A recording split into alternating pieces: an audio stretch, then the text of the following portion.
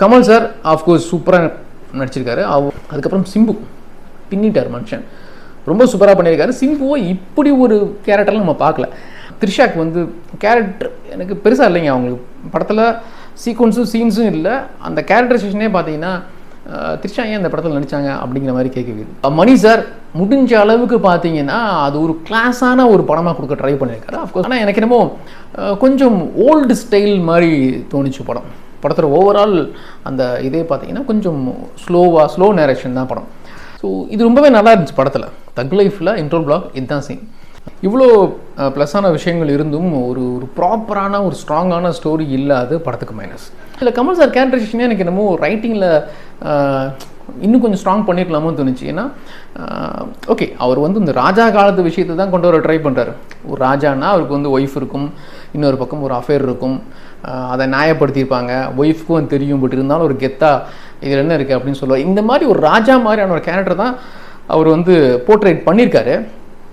But நமக்கு அந்த சக்திவேல் கதாபாத்திரம் மேலே அப்படி ஒரு கனெக்ஷன் வர மாட்டேங்குது. த்ரிஷா மேலே அப்பாவும் கமல் சாரும் லவ் பண்ணுறது, வளர்ப்பு பையன் அவரும் லவ் பண்ணுறது, அது ஏதோ இன்ஃபேக்ட் எமோஷ்னலான சீக்வன்ஸ் இருக்கும். த்ரிஷா நடுவில் இருப்பாங்க, இந்த பக்கம் 2 பேர் வந்து ஒரு ஈவன் த்ரிஷாக்கும் சிம்புக்குமே எமோஷ்னலான சீக்வன்ஸ் இருக்குது. மின்னை தாண்டி வருவாயில் பார்த்து ஃபயர் விட்ட ஒரு சூப்பரான பேர்.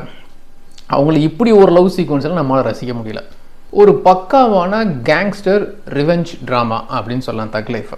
ஆனால் இந்த மாதிரி ஸ்டோரியும் ஸ்க்ரீன் பிளே இல்லை நடக்கிற சீக்வன்ஸ் நம்ம இதுக்கு முன்னாலே ஒரு சில படங்களில் பார்த்துட்டோம்.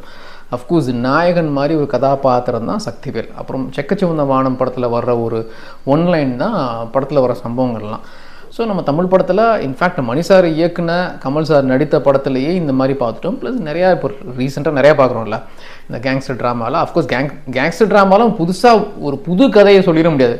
மாற்றி சண்டை போட்டுக்கிறது, போலீஸ் என்கவுண்டர் காட்டி கொடுக்குறது, துரோகம், இப்படி தான் இருக்கும். பட் இதெல்லாம் தாண்டி ஒரு ஸ்க்ரீன் பிளே பேட்டர்ன் இருக்குல்ல, அது என்னமோ படத்தில் மிஸ் ஆகிற மாதிரி ஒரு ஃபீல். ஓவராலாக படத்தை பற்றி சொல்கிறதா இருந்தால் இன்னும் கொஞ்சம் பெட்டராக இருந்திருக்கலாம். எனக்கு அந்தளவுக்கு ஒர்க் அவுட் ஆகலை. ஒருவேளை உங்களுக்கு ஒர்க் அவுட் ஆகலாம். இல்லை எனக்கு வந்து கமல் சார் மணி சார் படம் ஒரு கிளாஸியாக ஒரு ஸ்லோ நேரேஷனாக இருந்தாலும் பரவாயில்ல, நான் பொறுமையாக பார்ப்பேன். எனக்கு வந்து ரொம்ப ஒரு சஸ்பென்ஸ் அந்த மாதிரிலாம் இருக்கணும்னு அவசியம் இல்லை. இந்த காம்போ எனக்கு இருந்தால் போதும். எஸ்டிஆர் கமல் சார் ஃபைட் பண்ணிக்கிறது, சூப்பரான கேமரா, ஏர், மியூசிக், இந்த மாதிரிலாம் இருந்தால் போதும் அப்படின்னு நீங்கள் நினச்சிங்கன்னா ஒருவேளை உங்களுக்கு இந்த படம் ஒர்க் அவுட் ஆகலாம்.